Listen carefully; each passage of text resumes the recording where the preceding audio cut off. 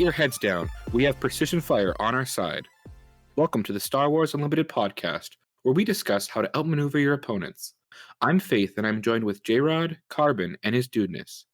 This week, we will talk about set design, our thoughts on upcoming cards, and look back at the cards that we have so far. Before we get into that, however, we wanted to give you information on where we are coming from by telling you who we are and our background with TCGs. Dudeness, can you start us off? Yes. As he just said, my name is Dudeness, for those not aware.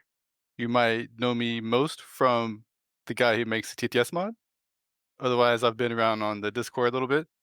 My main background in TCGs, as I started in Magic in the 90s, played that off and on. As far as paper, I've really only played Magic and Destiny IRL, but most of my CCG experience has actually come in the digital realm. I started playing Hearthstone when it first came out. I played that a bunch his first few years. I switched over to another card game called Eternal, which is basically a digital Magic the Gathering. That's not Magic the Gathering, right? Different IP, but for all intents and purposes, it was just MTG. I put a couple thousand hours into that game. Most recently, I just gotten back and playing Magic the Gathering Arena. Kind of full circle on my roots a little bit. Pretty excited for this game though, because it seems pretty cool. What do you like about Star Wars? Star Wars, I'm not the biggest Star Wars nerd, right? Like, it's okay. I like the movies. Andor is one of the most lit shows I've ever seen, period. But that's has really nothing to do with the Star Wars aspect of it, right? But other than that, I'm not a real big. I like the vehicles the most in Star Wars. Like the space battles is what stood out to me the most from the movies, right? The blowing up of the Death Star, that kind of stuff is what really resonated the most with myself. And that is what I'm most excited about in Star Wars Unlimited, is just trying to recreate all the space decks as much as I can. Well, you sound pretty old from your experience, but thanks for keeping with us. Yes, Who's sir. next? Hey everybody, my name is Brennan. I go by Cqrbon online and in Discord. I'm 22. I live in Minnesota. Absolutely love card games. I don't have as much experience, of course, as these guys, but I've been playing mostly digital games for my life. I played Hearthstone pretty competitively at a high A level for about 5 years. But also, I have a good amount of experience with Legends of Runeterra, which is a similar back and forth action style compared to Star Wars Unlimited. I played also Marvel Snap since day one of the beta, and I was kind of one of the first people helping to run events, commentate events, and kind of pushing the competitive scene forward, running tournaments and such for that. But yeah, as far as Star Wars as an IP, absolutely love Star Wars. I've seen pretty much most of the digital like content, the movies, shows, animated stuff, all that. Read some of the books. Really enjoy Star Wars as an IP. So far about Star Wars Unlimited, absolutely just I love this game. If I had to pick like my favorite thing about this game so far, it's probably just like the speed coming from Hearthstone Legends of Runeterra, where those games can take like 20 plus minutes. If you have two experienced players in Star Wars Unlimited, games can take, usually almost always less than 15 minutes, if not like 5 to 10 minutes if you've got like or some really experienced players. So I love how just fast paced the game is while also retaining a ton of depth and competitiveness. So yeah, super excited to be here on the podcast with you guys talking about this awesome game. Thank you, Cqrbon. Who's your favorite character in Star Wars universe? That's tough.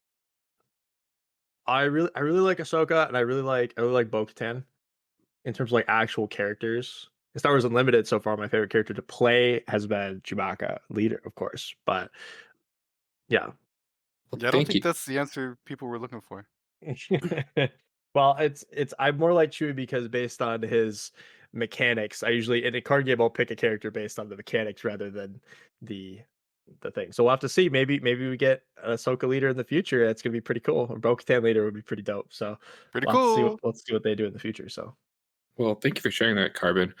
It seems like you got a lot of experience, and we look forward to how that experience is going to shape your contribution to this podcast. I also heard, Cqrbon, that you like to, in your spare time, design games and tinker with things like that. I as well like to do similar things. When someone plays a lot of games, they sometimes want to take that experience and try creating their own. And so that is what I decided to do. I hope to put my board game, By the People, on Kickstarter sometime later this year. As someone who likes a variety of games, it's of no surprise that I would have played TCGs. As a kid, I remember collecting Pokemon cards, and like my peers at the time, having no idea how to play the game. I remember collecting Yu-Gi-Oh cards, and I remember playing some of the shorter-lived games, like Chaotic and Duel Masters. In high school, I got into playing Magic the Gathering, which is to date the game that I have kept up with the most and for the longest time. I currently have 3 modern decks sleeved and ready to get crushed because they are like 2018 era modern decks. I have a junk mid-range, a life gain, and a black-white token deck for those that are interested to know. I played Standard and MTG from Rise of the Eldrazi to Dragon Maze, which means I got to play with some iconic sets, including New Phyrexia and the original Innistrad, and I got to experience Caw-Blade in its prime. While I had some minor success with MTG, I had some pretty major success with a now defunct game called Flex NBA, which was an attempt to combine NBA basketball players with a battle system and with blockchain and AR sprinkled in. I lost in their semifinals of their first tournament. I won their second online tournament and came second in their third and final tournament. As for my connection with the Star Wars universe, while I watched the movies with fondness as a child, I really actually started getting pretty deep into the greater universe lore because of Star Wars Unlimited. One of my personal pet joys is calendars, and when I found out that there's a calendar dating system in the Star Wars universe that revolves around the Battle of Yavin, I was hooked and needed to know more. My favorite scene in Star Wars is the Duel of the Fates. My 2 favorite characters are Qui-Gon Jinn and Darth Maul, and my favorite lightsaber colors are green and white. As I have mentioned in previous chapters, my favorite thing so far about SWU is the base system, because it gives you a lot of freedom in deck building and is a natural way to add unique and customizable options in deck building. I also really enjoy that deck building is further expanded by being able to pay a 2 resource penalty to play costs from aspects that are not associated with your leader or your base.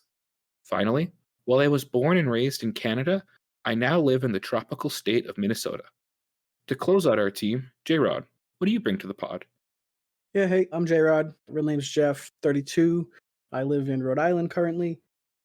I've been playing Magic basically since college competitively. I played before as a child, like for fun, but competitively since college. Did a lot of winning there locally, kind of like a local crusher. My biggest win, like bigger than that, would be I won a 5K, took home $1,200, which was cool. I went to a GP down in Miami once and didn't finish great at there, but I was able to beat a professional player on camera. I was Todd Anderson. If you YouTube that, you can find it at some point. I won a seat to Worlds in Star Wars Destiny, PAX Unplugged, donning Snoke Thrawn, which is probably one of my favorite decks. I love playing Thrawn in that game. He was he wasn't like the most obviously good leader, but like in a good player's hands, like he can just absolutely take over a game. And those are kind of the cards that I tend to lean towards in most card games. I played a little online, like I played somewhat Hearthstone, but never was really very competitive at it. Just kind of did it casually because my friends played it, so I played a little bit. But then I got into Marvel Snap pretty heavily. For Snap, I started in season 1, and I think I played for like 6 or 7 seasons, and I hit Infinite every single season with relative ease. So yeah, I mean, I come from a long history of collectible card games. I play other games as well, but mostly just collectible card games and any kind of card game. Pretty much that I play, I'm pretty competitive and pretty good at. Star Wars wise, I'm a pretty giant Star Wars nerd, although I will say there is some people in the community that put my Star Wars nerdness to shame. I know like Mike from the Hyperloops or Bobby Sapphire is a pretty big Star Wars nerd and knows a lot about like the ins and outs of things. His knowledge of it's pretty amazing. And then also Jedi Geek Girl with her podcast I Rebel, her knowledge of Star Wars universe is also astonishing to me. How much she knows about like every little detail. If you have a question, she'd be like, the first person I'd go out to talk to about that. But for me, I'd say my 2 favorite characters are Rex and Ahsoka from the Clone Wars. And if I had to pick a lightsaber color, I'd pick orange. It's a very unique color. I don't think many people would pick it, and different than red. Not like it's not a hero color, but it's not a villain color. Somewhere in between. And I don't think white's actually a color, Faith, for lightsabers. I don't know. Maybe did Disney make that canon now? It's actually Legends material to my knowledge, and I don't think it's technically. I don't know if it's in canon right now, but it is a Legends material canon. If Oh, he okay. wants a white lightsaber, Oh, you yeah, can yeah. have a white lightsaber, bro. Okay. Listen. Well, technically, no, I'm just kidding. Actually, Actually, I do remember playing. I do remember playing in Star Wars minis. There were, I think, they weren't Imperial Guards, but there were some units that had white lightsabers, and that's why I thought was cool. It's my understanding it stands for kind of like purity. Mhm. So with Cqrbon and Dudeness, what are your two guys' favorite lightsaber colors? the green boy all the way. Yeah, that's tough. I do kind of just like the classic blue. I kind of like that color. It's just such a nice looking color. I don't know. Yeah, I'll go with blue. I'm blue gang. All right. We got Cqrbon wielding blue, Dudeness wielding green, Jrod wielding orange, and I'll wield the white. That'll be our team colors. Yes, sir. A lot Well, of colors. thank you, Jrod, for sharing about yourself. And it sounds like you've got enough experience for us to keep you on for a chapter or two more. Perfect. Thanks. Let's now look at Star Wars Unlimited as a whole, and Set 1 Spark of Rebellion in particular, and compare it with your guys' background with other TCGs, Star Wars, and game design. What has SWU done better than others? Well, I just like to say it's just something that SWU has really hit for me is just how easy it is to get into the game compared to these other games. It's it, the systems that it uses are just so intuitive, and they make so much sense, and they're just easy to understand. And like if I like at this point, if I was from the different games I've played, if I was to introduce somebody to a card game, this is the card game I would introduce them to.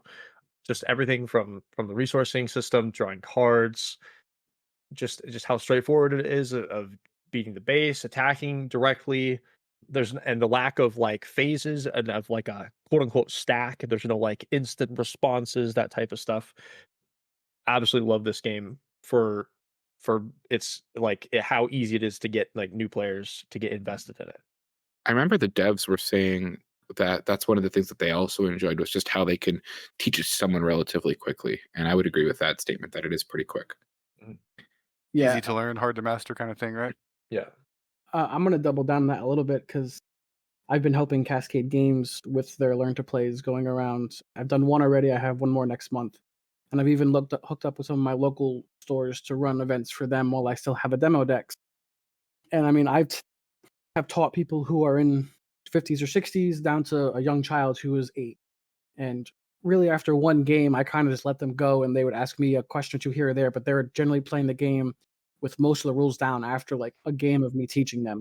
And it's just been really amazing to see the different age ranges and game level experiences from these people and how quickly they can pick it up.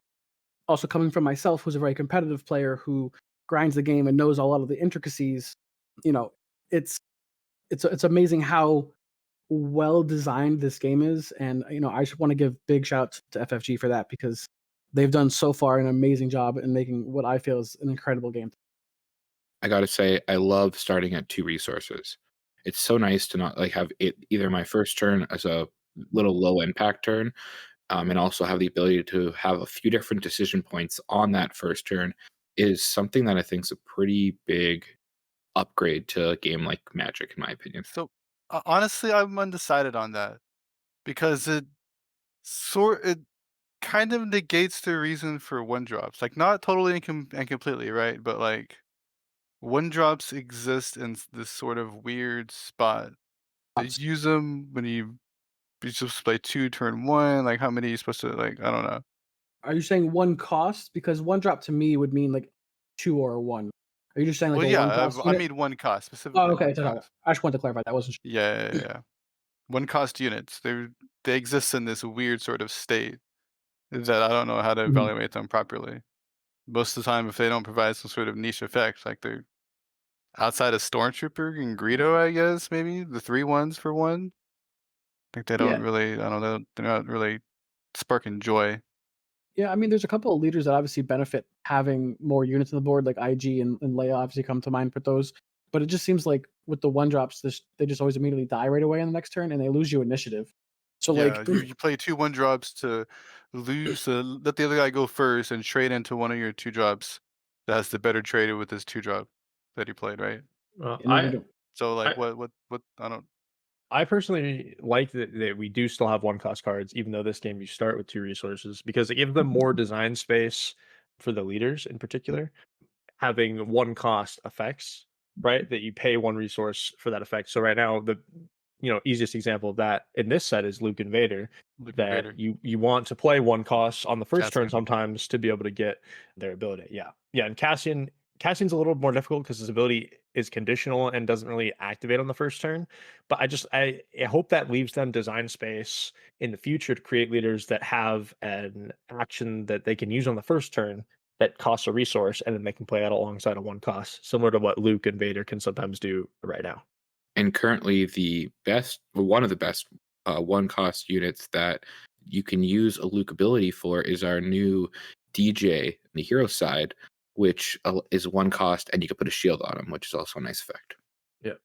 Well, and I think a lot of people have really seen the power of that card on turn 1, but I was testing out some Luke for this event coming up, and it was still powerful to play on 4 resources or 5 resources, because when you'd resource the 6th one, it would allow you to go to 7, and 7 is a real big deal, obviously, in a lot of decks.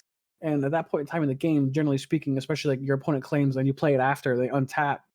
And like in Luke, you have a lot of Sentinels inherently because you're playing Blue Hero. It really allows you to ramp out when your opponent isn't necessarily expecting it. So like I think the 1-drops aren't always just necessarily like, they're not the same as 1-drops from other games where you play them on turn 1, right? Like they can be that, but like a card like Two Tubes, for example, right, is pretty bad on turn 1. My opinion, I would say unplayable on turn, right? Unless your However, opponent goes space or something like that, right? right, yeah. Like, but I think he's actually a card where like you don't want 3 of because you don't want him in your opening hand, but you want to draw him a little bit later when you have a board out already, and then you can play him in your board, and your opponent has to decide to attack your better unit or this guy who's going to pass on stuff to the other guy. Like, I think that's more of the play lines than just playing him out on turn 1, right? I don't think that's what you want to be doing with that. Yeah. You Well, know what I mean? some 1 costs are going to be designed to be played early, and some are going to be better later on. Mhm. I agree for sure. Right. I do Like the like 1 Stormtrooper costs. definitely Yeah, Right. play. I like that 1 costs can kind of fill your turns sometimes. Also, especially in some decks, like particularly with Chewbacca, I for the longest time been playing R2D2 in that deck. And R2D2 is very nice to throw it out as a 1 cost Sentinel on a turn when I'm going to be floating 1 resource anyway, right? Because I want to play, say I have 5 and I want to play a 4 cost card, right? I want to play a cannon or something. Then I can spend that extra resource. I like having the option to do that. Now, that doesn't necessarily mean that needs to be a unit, right? That can be an event, maybe that 1 cost. So we'll just have to see in the future if 1 costs are able to keep up with 2 costs in terms of early plays and also later on in the games. Yeah. Honestly, my favorite thing about this game that they've done really well, and I think has been one of the most positive things from any game that I've seen, is the resource system. Being able Yeah. to put any card down you want with no restrictions just feels great. There's no bad like, oh, I didn't draw a resource, or for Larkana's example, which also allows you to put like most cards face down, I didn't draw an uninkable card where I can't put it face like that system to me is just it feels good. And like the other thing with the system that's a very small niche thing, but I think is important, is that they allow you to look at them whenever you want. Where like Lorcana, you can't look at your face down resources in that game. And in this game, you can just do it. It's not really a big deal, which I think is really important because I don't want to have to remember all my resources like that. Like it's important to do it the best you can, but like, you know, when you get to rounds 8, 9, 10, like, hey, what did I resource on turn 2? Like, did I resource this card or was it that card? Game? Like, just be able to give yourself a quick little check is, I think, a really positive gameplay experience for most players. Well, and just quickly to add on to that, but because I don't think in Lorcana, I believe you draw 1 card per turn. And in this game, you draw 2, and being able to that combined with the resource any card system makes it very flexible and makes it a lot easier to get the cards you want in hand. So we've talked about what we've liked that we've seen in Star Wars Unlimited so far. Are there any areas that are not in SWU yet that you want that carry over from other games? Jrod, anything in particular from your history that you've seen from other games that you want to see in Star Wars? I think right now they've definitely leaned on the side of caution with their removal. And I think that's because they don't want control to be too good too early. And I can respect that. And I would assume and hope that in the future that we get some better removal that we're getting currently, because it really hinders some of the control decks. Looking I at think. you, Carablast. Yeah, I mean, I think the control decks are hurting a little bit, especially on the hero side, because I understand they're like villain blue is like the control, and like blue on the hero side is like a mid-rangey deck, whatever. But like, I would like there to be a control deck in both aspects, so you can play hero or villain and be able to play control. Obviously, there's plenty of room to grow this game because right now we only have heroism and villain leaders, but I'm sure at some point we're gonna have leaders that are like vigilance, cunning, or have two of the colored combos as leaders. You know what I mean? So we might get to that point in the game where we don't have heroism or villainy on the leaders at some point. Yeah, I'm not sure how long it's going to be till we get that. I could see that being like year 3 Mhm. cycle in one of those sets or something. Yeah. Like I don't think we're going to see it anytime soon, honestly. No, I don't think so either. But it just like when we get to that point, like changing up a little bit of how what control or whatever aggro is could change. Because like I think it would also be cool to have like red hero not just be aggro. You know what I mean? Because like right now, one of my favorite cards in the game. Wait, I don't agree with that. Yeah, we know you don't. You like aggro, it's fine. But like for me, one of my favorite cards is Zeb, and Zeb's just not good because like the red hero is all about aggro, and he's all about controlling the board. So he doesn't really fit in the color. So he's not good, even though the card itself is good. He's not good right now because there's not enough help in that color aspect to make him worth playing. That's fair. Well, I definitely think that'll change over time as we get more sets, right? Because they have said, I think, for this set that there's different aspect combinations, especially for hero and villain, are kind of focused on different things. At Mhm. least for this first set, and now that can definitely change in future sets. So I'm really looking forward to this next year, seeing, okay, do we get enough cards now? Zeb is actually in a different style of deck, right? That now red hero has a leader that's not as aggressive. It's more controlling. It's more focused on the removal part of red, the dealing damage, right? And maybe we see that in the future. So I'm really excited to see that in the future. So Dudeness, mean, what are you looking forward to, Dudeness? So yeah, the only correct answer here is token units. Obviously, from my Magic the Gathering history, playing token humans, soldiers, goblins, squirrels, all of them. They're rad. The more tokens on the board, the better. I don't know how they do it here. The obvious thing is something like droid tokens in set 3 is You like mean the hope. Porg tokens? Come on. Porg tokens, pretty porged. Clone troopers. Or even something like a carrier, a spaceship that deploys a couple 1/1 fighters or something. Like, I don't know how it even looks like. I don't know, but that's probably not even that good. My But bet for just tokens. something like that, like fighter tokens, little droid tokens, clone trooper tokens. I don't know, some sort of tokens. So I'm betting our first tokens that we see, if we see them, is going to be in set 3. We'll see the droids, like the separatist droids, have tokens because they come out and want to be wide, right? So like I think that's when we see a bunch of tokens and maybe clones. But I would assume like Yeah. clones give you less tokens, but they're stronger, and then Yeah, the they're bigger droids tokens. Like clones could be 2/2 tokens, droids could be 1/1 one tokens. ones. But you Yep. get like 2 or 3 droids for like one clone, or 2 for 1 or whatever. Right, yeah, for sure, for sure. Well, Yeah, that's go ahead. Go. I'm curious if we just see like a 1-for-1 implementation of tokens, because I feel like in this game, because of the alternating actions, like if you have a lot of tokens and we It don't see as much board slows you clear, down. it does slow the game down Yeah. quite a bit. So I'm Mhm. wondering almost if we get some sort of like, I'm trying to think of the best way to describe, like an army type mechanic where you just stack the tokens on top of each other like upgrades, and then it has Oh, power and yes. stats equal to how many, because then it's Okay, just still yeah. growing your unit, and it's like an army of tokens, but then it doesn't take as many actions, and it keeps that game still fast paced and moving forward. I can see And they something have like that that. exact mechanic from Magic too, where instead of a bunch of tokens, it's you keep stacking the same token with an extra counter. So Isn't you that a go, mass? yeah, a mass, right? Yeah, so like it goes tall instead of going wide, but still a token Yeah. strategy, right? Mhm. Yeah, totally. I think the reason people will play Star Wars, they're going to get into it for different reasons. One of those is competitive gameplay, but I think some people will get in it too for theme. And I know that's not necessarily our focus of the pod a lot of the time is to talk about things like theme, but I'm interested for things like alternate win conditions, which I think really can lean into that theme portion. I think probably the thing that everyone's expecting the most is some kind of like Death Star thing, because that's a big kind of niche thing that you would build up to, and kind of Fire it, off the Death Star.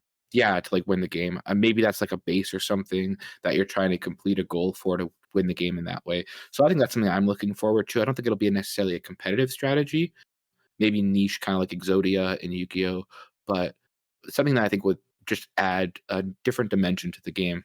I don't think it'll happen set one, and I'm okay with that. You're building your basic foundation, but something I hope we see a little forward. Yeah, I I'm personally. good. Oh, I was just gonna say, in terms of like what I'm looking forward to see is just seeing how they use the design space that they've kind of created for themselves and how they expand on it. Like there's so many things they can do with just what they have already. Like we really don't have that many like keywords and stuff for the set. I mean, we have a good number, but there's not like an insane amount, and they're all very straightforward, very well designed. So even just like one or two new keywords in a set could completely change how we see the game, right? And add different mechanics. And I also think there's room right now. We only have, other than leaders and bases, we have three types of cards. We have units, events, and upgrades. I could definitely see us getting another type of card, like something like a passive aura. I think locations would be really cool. I don't know how that would thematically work with the bases, but I think that could be really, really cool. There's tons of awesome locations in the Star Wars universe that I'd love to see in the game. Like I play those, and it's like we visit those locations, do stuff like that. That could be a ton of fun. And it's gonna be really exciting to see in these future sets how they approach that thing and see like what they come up with. I'm really excited that you talked about keywords. And from my experience playing games and now designing games, I see some good design ideas in Star Wars Unlimited and in the first set, Spark of Rebellion. A common trope in design is to spread keywords out across common points in the game to subtly and easily help players interact with them, which helps players better with understanding more complex cards that have those keywords. In SWU, this can be seen with villainy and heroic cards. In previous chapters, we discussed the mirror of the generals, the lieutenants, and the buff ships in those aspects. Most of the other units in these colors have single keywords, which help ensure that most decks have access to these keywords, even in colors that don't typically do those effects. For villain, Cell Block Guard has Sentinel and ATST has Overwhelm, where for heroic, Regional Sympathizer has Restore, Pathfinder has Saboteur, and Snowspeeder has Ambush. Since the first three sets were designed together, I suspect that we will get either heroic or villainy cards with Shield, Raid, and the rare ability Grit. This idea can also be seen across leaders. Iden has Shield, where Cassian has Saboteur. Krennic has Restore, where Leia has Raid. Chewie has both Sentinel and Grit. This leaves two abilities that we have not seen on leaders, Ambush and Overwhelm. Due to the wording on Ambush, which says that when you play this card, it attacks a unit, I don't think we're going to see this on leaders because they deploy instead of being played. At the time of this recording, we do not know what our last leader is, but very popular suspicion is that it is Palpatine, considering we have art and the wording on Royal Emperor Guards. Considering we don't have a leader with Overwhelm, and the unit Palpatine does have Overwhelm, I suspect that the unit side of the leader Palpatine will have Overwhelm. I also believe he will deploy at 7 resources.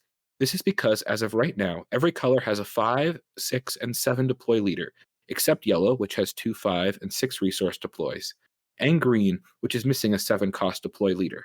If he does have Overwhelm, I don't see the unit having less than 4 attack, and since he deploys at 7, I don't see him having less than 7 health. A 4 or 5, 7 Overwhelm that deploys at 7 is what I'm thinking. As for ability, we have been told there is a card which reduces the cost of Galactic Ambition by 1. To me, this could fit with Palpatine. While I think it would be interesting for the leader side to reduce the cost of all events, looking at you 2 cost resupply, I think that would be too abusable. So I think Palp will have a tap, reduce the cost of your next villain card by 1. I think his leader side will say reduce the cost of your villain cards by 1 as well. While this unit side could have a similar ability, I'm going to go with another guess by saying that it will have a built-in Veers by giving all your other villain units +1/+1. What are your thoughts on my predictions? And what are your guys' predictions on what this last leader will do? Well, I guess at least as to when he's going to deploy. I actually think he's going to be our only leader to deploy at 8.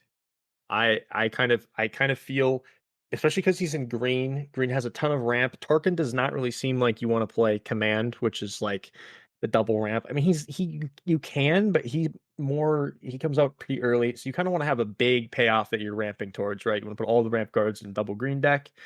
And I feel like that sounds like Palpatine to me, right? Is getting to the So I kind of feel like how Sabine is our only leader that deploys at 4. I feel like we're gonna have one leader that deploys at 8, and I feel like Palpatine is the perfect leader to do that with.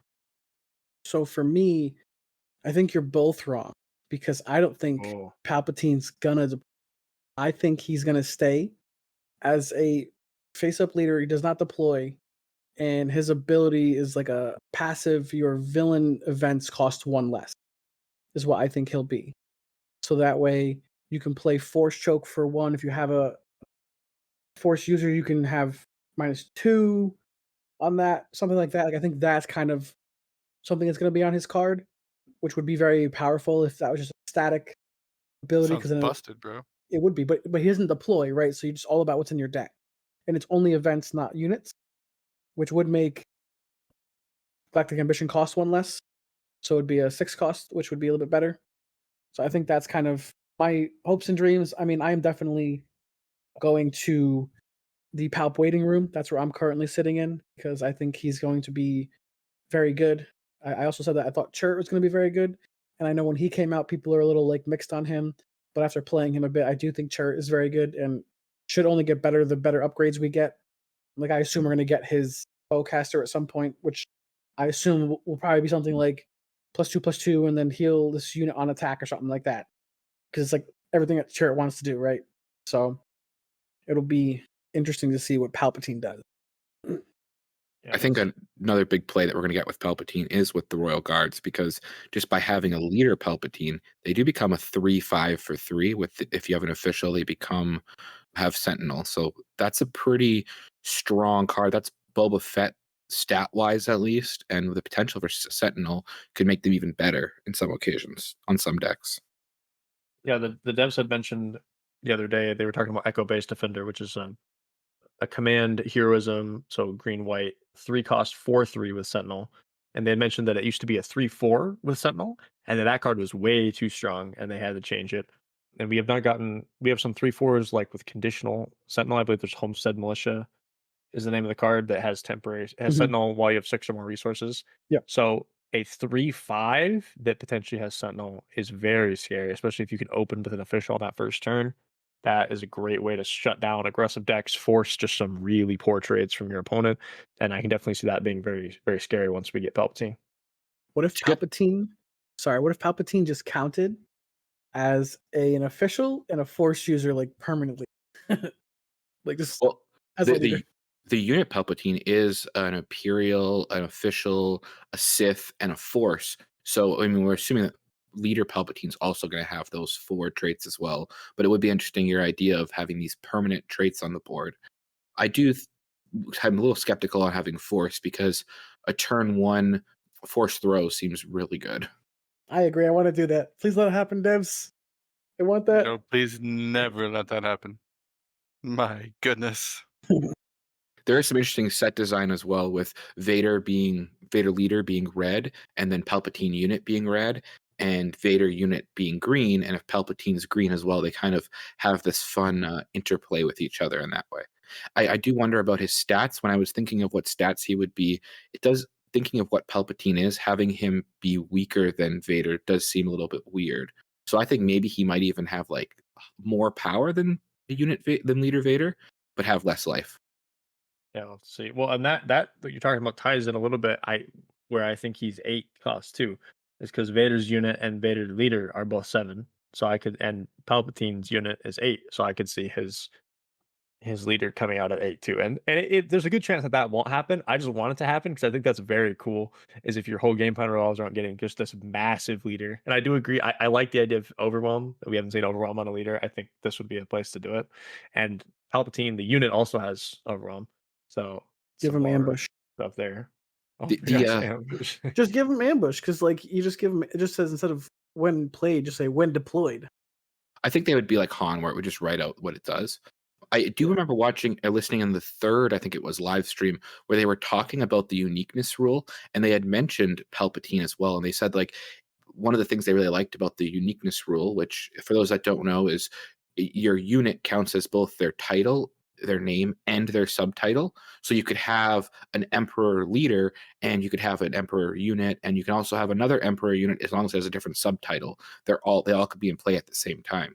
And they were talking about emperor as the example, saying, well, in the future, if they have Darth Sidious, that won't buff up the royal guards.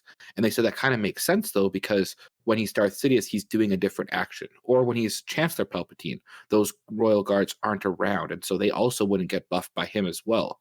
So it's interesting. They just said it was interesting for the different especially for Palpatine, because he has different identities. Yeah. Now, oh, go ahead. No, I was just saying that's cool. That's very cool. Well, we only have one more leader. We have just over 25 main deck cards left. What are some cards you realistically want, or you think need to be in this set? I mean, it's tough. There's definitely some gaps in some decks. Some of the cards that I'm most interested in is there's like a spreadsheet that's maintained in the Discord. I think by Rowdy Octopus is his name. I think he updates that whenever we get new cards. It kind of shows like has the cards listed by like their number and their order and their rarity and that stuff. It's super helpful. And cards are sorted like alphabetically too. So we know that there's going to be, I believe, a 6 or 7 cost blue hero unit and I believe a 6 or 7 cost red hero unit. And I'm very curious what those are because those are potential. There's sometimes gaps in those decks where they have really good 7 costs, those colors between Mace Windu and Luke Skywalker the unit, but that there's some gaps in the 6 cost range, especially in the space, that I'd love to see what we get there. I'd love to see something, especially in blue, something that's able to stall out the space, heal a little bit. Maybe it's a sentinel, maybe it can remove something. Would be really helpful for blue hero decks to stop the aggressive space strategies. Well, some of us want to stop the aggressive space strategies. There are some players that are looking for more aggressive cards in space, in particular to fill that green heroic slot. Dudeness, I know you have an affinity towards that. What are your I thoughts? I'm really hoping it's just a Y-wing 2 cost, another 2-drop in space that I can play. That's my hope. As What far as kind of stat line are you wanting?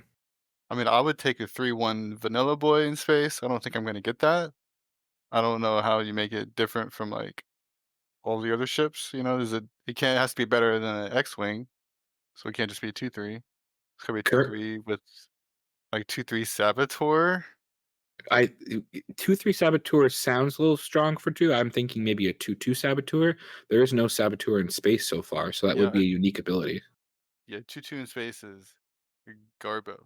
Well, if it's the Y-wing, the Y-wings are like bombers type, right? So I could see them Supposedly. having some kind of on attack effect to deal additional damage or something. Like I guess similar to A-wing has raid, but it might be different than raid. Maybe an actual like on attack ability, or maybe something when they're destroyed they do something, right? Yeah, But this Um, I is don't. command, I could right? see something like that. Yeah, Because it like should be command. this Like, is this and like it's only a 2-drop if it fits in before Battlefield Marine, which because Alliance Y-wing slides right in. I feel like those color pairings are not typically getting raid or you know three Well, Yeah, ones like we've seen usually. a number of direct damage effects in green, so I could see that. I think versus raid, I think we would get something like that, or dealing damage equal to its power, that type of thing. Yeah, yeah. Because we So have things like hard point blaster, like you got right, it's barrage, dealing Akbar, all those that have ways to deal direct damage. and all this is to say that we haven't even seen the Green Hero events, like period Yeah, we haven't seen one. any of those, so I We don't don't. even know what those will Yeah, look like. those are all One of the Spectre best events. events in the game is the villainy counterpart in Overwhelming Barrage, and we don't even know what it looks like. Now, I don't have too much high hopes because for the aggression side, we had one side of the coin, villainy got force choke, which is pretty cool. And then the opposite side of that coin is Carabast. And this is supposed to be good enough for heroic players. It's not, unfortunately, Card's the but it same. does exist. So we've got that going for us. Well, let us know in the comments below which card you want to see in Spark of Rebellion that has not yet been spoiled. If you want to hear our feedback on the top 16 finals bracket from the Take the Initiative tournament, hit that subscribe button so you stay up to date when we release that video later this week, or any of our gameplay videos. Thank you for listening, and we'll see you next time on Outmaneuver. Cheers, guys.